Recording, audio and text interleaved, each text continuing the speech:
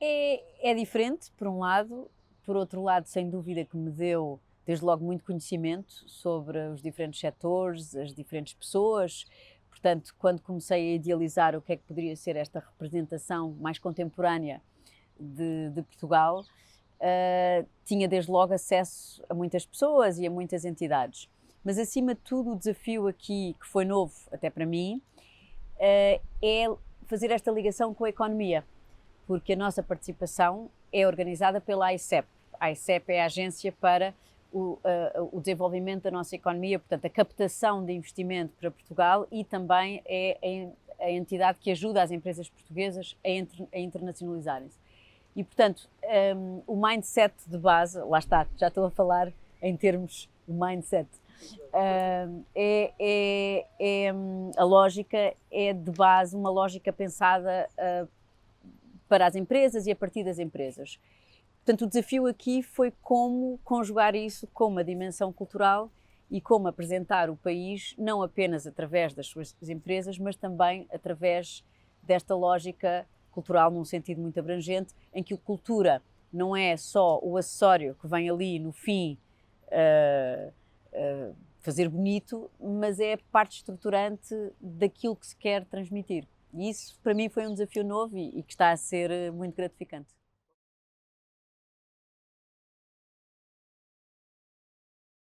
Sem dúvida, as expos são estranhas, porque elas têm muitas camadas, muitas dimensões. Têm desde o lado mais lúdico, mais quase turístico, mais maciço e mainstream, há conferência ou ação de mais nicho. Semana passada houve uma ação sobre a ação climática em que estavam os principais atores do mundo neste tema, mas depois a pessoa sai nas ruas da Expo e vê uma massa de gente muito variada. Portanto, a Expo toca vários públicos, várias pessoas, vários setores, e estamos também a tentar justamente naqueles que são estratégicos para Portugal, ir a todos, por assim dizer, de uma forma estratégica, mas ainda assim marcar presença em todos.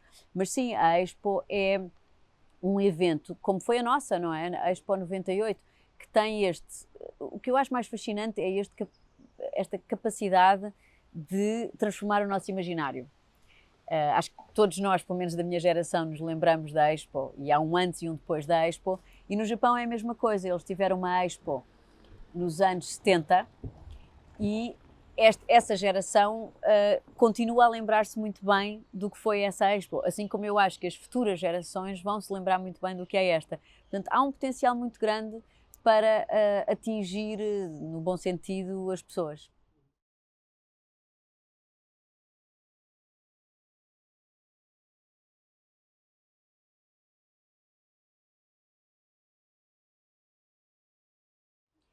Bem, eu tenho um percurso que é de facto variado e que não passou inicialmente pela cultura, portanto foi algo que aconteceu. Comecei no jornalismo, trabalhei também em direitos humanos, fui vice-presidente da Amnistia Internacional, depois tive uma passagem importante pela antropologia. Nada fazia antecipar que um dia me tornasse uma gestora cultural, designadamente à frente de uma empresa como é a EGEAC, com mais de 400 pessoas.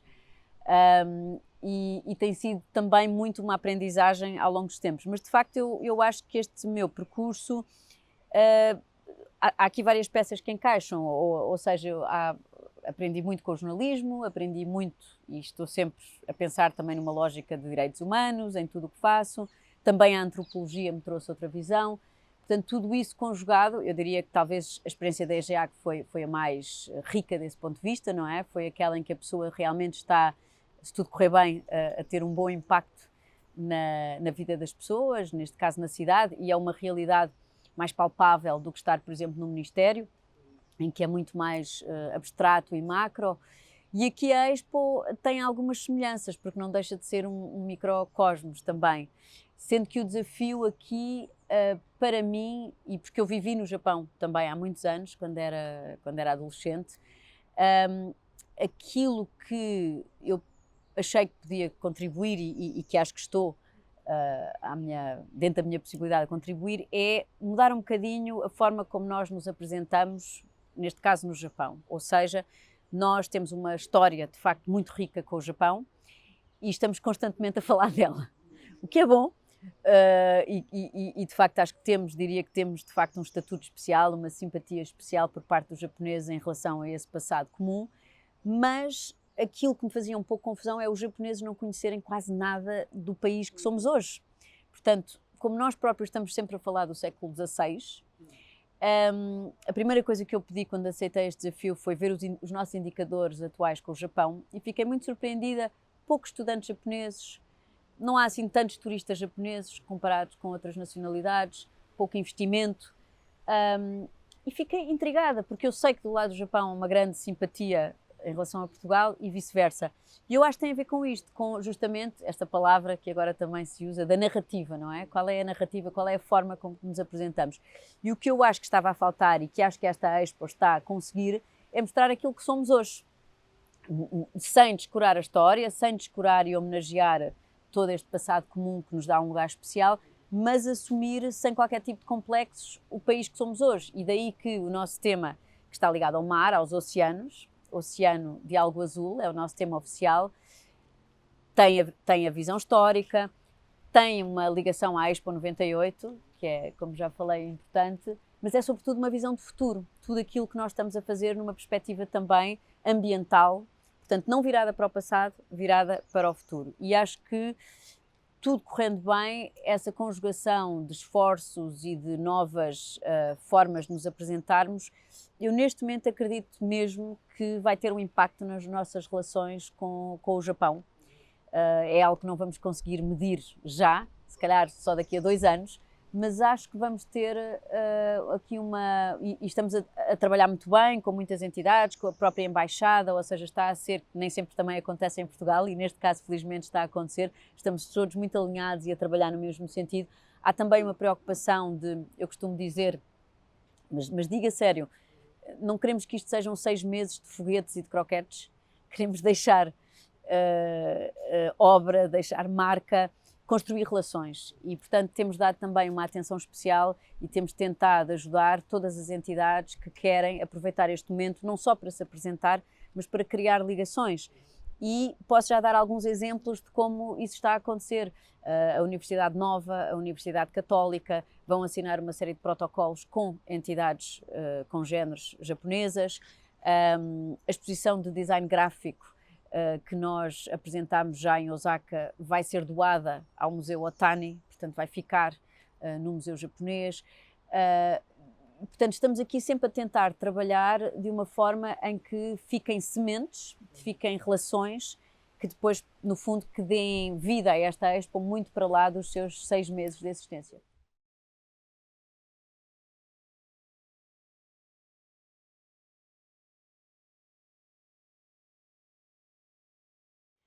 Eu acho que há 2 níveis. Um é esse, sem dúvida, e é muito objetivo e tenho a grande satisfação de poder dizer que estamos largamente a superar as expectativas. Portanto, nós tínhamos uma expectativa já otimista de termos cerca de 7.000 visitantes por dia e estamos a ter 9 a 10, ao fim de semana 12.000. Portanto, isso é muito evidente e deixa-nos muito contentes e tanto mais que agora já passou o fator novidade e já estamos numa fase, quem percebe muito da Expo diz-nos, há sempre aqui um momento crítico em que começa o boca a boca e já estamos nessa fase e, portanto, o facto de continuarmos a ter muitos visitantes e até deles continuarem a crescer é um ótimo indicador de que o nosso pavilhão está muito bem posicionado. Por outro lado, temos um lado mais qualitativo que é mais difícil de perceber, mas que eu tento sempre, eu muitas vezes vou falar com as pessoas quando elas saem do pavilhão, só para perceber o que é que foi aquilo que retiveram e fico contente ao ver que pelo menos uma maioria registra uma certa surpresa, lá está, por um país que na verdade acha que conhece, mas que está aqui a redescobrir e era muito esse o objetivo. Portanto, até agora estamos de facto contentes com aquilo que se está a passar lá.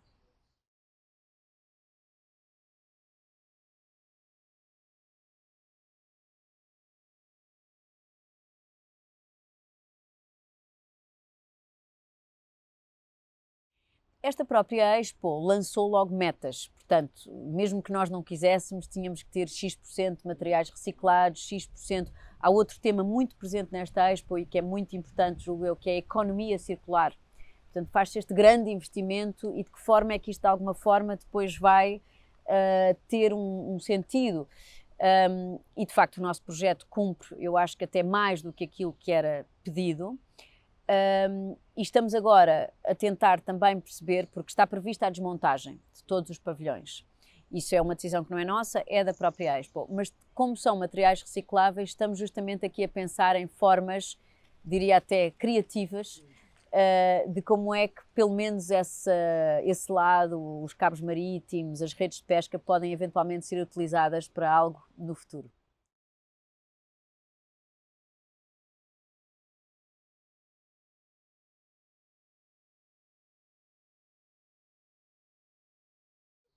Eu acho que a Expo, sinceramente, é um palco para o que nós quisermos. Como eu disse há pouco, ela toca tantos setores diferentes que tanto dá para um setor nicho, como por exemplo a biotecnologia azul, que sem dúvida tem um impacto enorme no Japão. Os japoneses estão muito próximos e muito interessados nesta realidade, são um arquipélago, não é? Portanto, por definição, tem uma ligação ao mar muito forte, diferente da nossa, porque o mar no Japão também representa perigo, os tsunamis, etc. Portanto, na nossa abordagem nós tentamos também pensar nesses pontos, em todos esses pontos de vista, e sem dúvida que este tema do mar e tudo o que está a acontecer na economia azul e que está muito presente nos nossos conteúdos do pavilhão é uma área que interessa.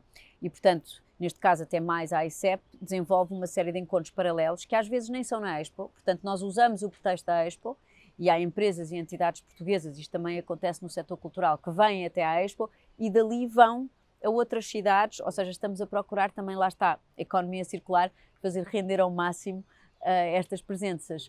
No campo da arquitetura é outra que eu destacaria, sem fugir à questão que houve pelo facto de pela primeira vez temos um arquiteto japonês que venceu o concurso público internacional. Não há dúvida que isso nos está a abrir portas que provavelmente não estariam a abrir com outro projeto, embora não tenha sido essa a razão para ser escolhido. Estamos agora a tentar potenciá-lo e estamos justamente a fazer uma aposta na arquitetura portuguesa. Neste preciso momento em que eu estou aqui a falar, nós temos 4 arquitetos portugueses, Manuel Aires Mateus, Ricardo Back-Gordon, Ricardo Carvalho, Inês Lobo, estão em Osaka e a partir da presença no pavilhão de Portugal e da exposição que apresentaram, estão a fazer uma série de conferências e uma série de contactos com ateliês e universidades no Japão. Isto vai acontecer também em agosto com o projeto da arquiteta Andreia Garcia, esse dedicado à arquitetura jovem, portanto vão ser mais de 20 ateliês portugueses jovens representados e sempre nesta lógica de não só marcar uma presença na Expo, como fazer render ao máximo essa presença para depois abrir portas e desenvolver outros contactos no Japão ou na Ásia, porque há muitas entidades que aproveitam, por exemplo, a proximidade com a Coreia do Sul e que estão também a desenvolver pontos com a Coreia do Sul.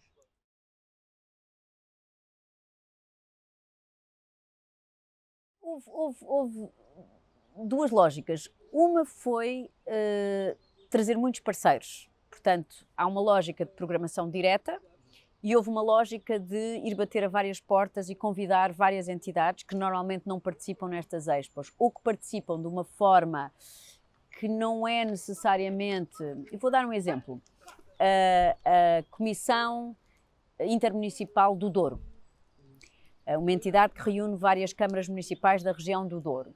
Costuma apresentar-se nas expos de uma forma expositiva, com uma exposição sobre a região, e nós aqui desafiámos para pensarem de uma forma um pouco mais arrojada, um pouco mais cultural. E o resultado foi, devo dizer, para mim, uma surpresa, no melhor sentido.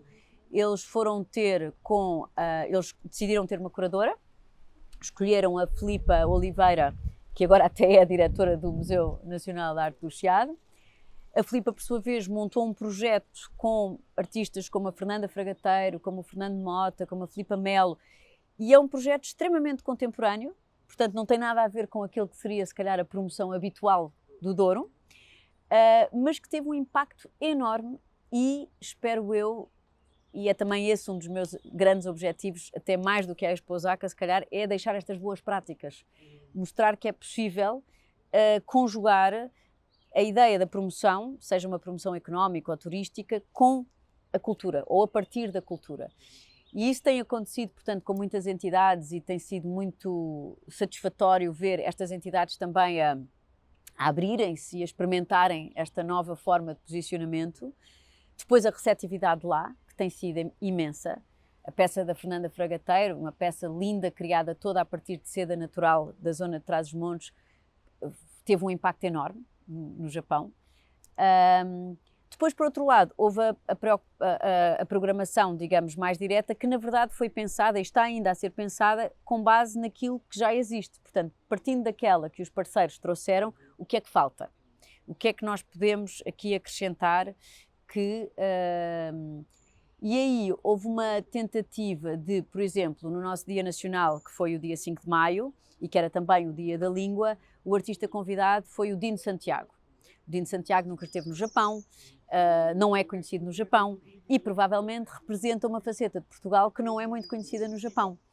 E foi um sucesso enorme. Portanto, foi uma aposta que eu diria diferente da que é normalmente nestes dias nacionais, não é? Mas que resultou de uma forma, eu diria, que surpreendeu todos, até pela adesão depois dos outros países da CPLP, que ficaram extremamente entusiasmados e que aderiram. Porque a Expo tem esse lado, é uma Expo internacional, estão 160 países representados. E agora, por exemplo, em breve, daqui a umas 2 semanas, 17 de junho ou 18 de junho, vamos ter, por exemplo, o Bruno Pernadas. O Bruno Pernadas, que também se calhar não é o artista mais convencional deste tipo de encontros, mas que é um artista extremamente bem sucedido no Japão. E, portanto, no caso do Bruno, já há também, julgo eu, convites para ele ir depois a outros sítios do Japão, onde aliás já esteve. Portanto, temos tentado fazer esta conjugação entre, eu estou a falar de música, mas poderia dar outros exemplos também. Estamos, por exemplo, agora também a falar com a Troca-Passo do João Santos Martins, que tem uma ligação também ao Japão, a Associação Parasita, para terem também uma atuação, visto, lá está, que eles têm também uma ligação ao Japão e já vão atuar noutro local. Portanto, tentar fazer esta conjugação e tentar mostrar aquilo que não é necessariamente o evidente, mas que mostra aquilo que nós somos hoje em dia, não é? Que somos esta grande multidão de pessoas, de estilos, de setores. É impossível dar voz a tudo, é impossível mostrar a todos, mas pelo menos dar esta visão mais rica, eu diria, daquela que às vezes damos quando ficamos só fechados na música, quando ficamos só fechados num estilo musical. Aqui, por exemplo, seria o fado, que é extremamente apreciado no Japão e, portanto, não temos descurado, e já tivemos o Camané, a Ana Moura, o Ricardo Ribeiro. Vamos ter a Carminho no dia 10 de junho, que vai ser assim o nosso grande também highlight mais próximo. Portanto, não queremos descurar nada, mas não queremos deixar de introduzir outras ideias e outras entidades e pessoas que se calhar não são tão evidentes.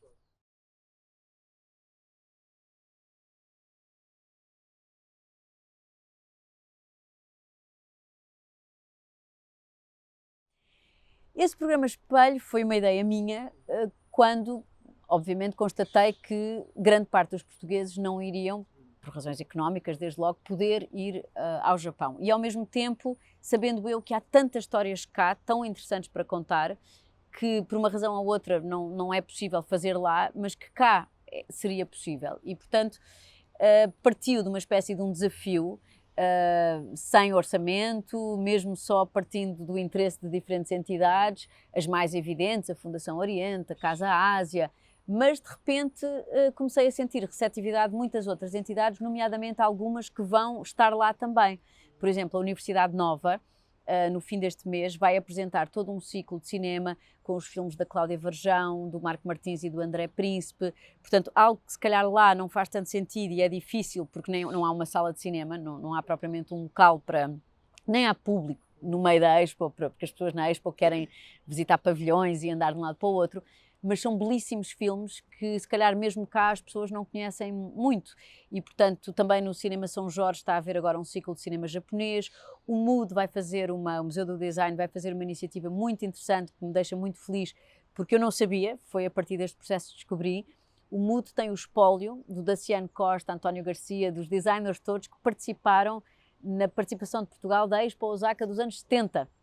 E é um espólio que eu própria não conhecia.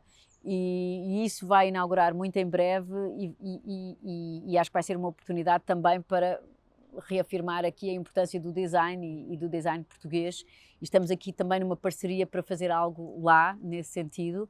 Portanto, esse programa Espelho tem sido uma surpresa, porque foi uma ideia, como digo, sem orçamento, mas na qual neste momento eu diria que pelo menos 50 entidades já aderiram.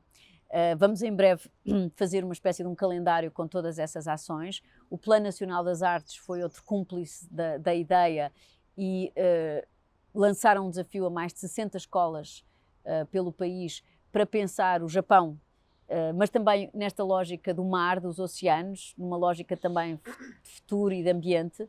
Portanto, vamos ver os resultados que tudo isto traz, mas sim, eu fico mais confortada com a ideia de que, sendo isto uma iniciativa que é feita com dinheiro público, que mesmo quem não vá lá consiga ter um bocadinho de algo sobre o Japão e sobre a Expo e sobre esta temática do oceano.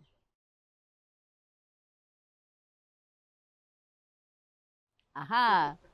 A Mascote Umi é muito divertida. A Mascote é uma iniciativa do Turismo Portugal, que é também um parceiro muito importante da Expo Osaka, e a Mascote Uma, portanto, foi pensada pelo turismo, mas eu achei particularmente feliz porque é um ser ambíguo, de alguma forma, é um cavalo marinho, que no Japão tem um símbolo enorme. O cavalo marinho é visto como um animal muito resiliente, muito determinado. Portanto, aliás, ele no Japão, não me lembro agora do nome, mas significa dragão do mar. É como se chama o cavalo marinho. Portanto, é um símbolo com muita força. E depois tem este nome feliz, Umi, que significa mar em japonês. Joana, muito obrigado. Obrigada eu.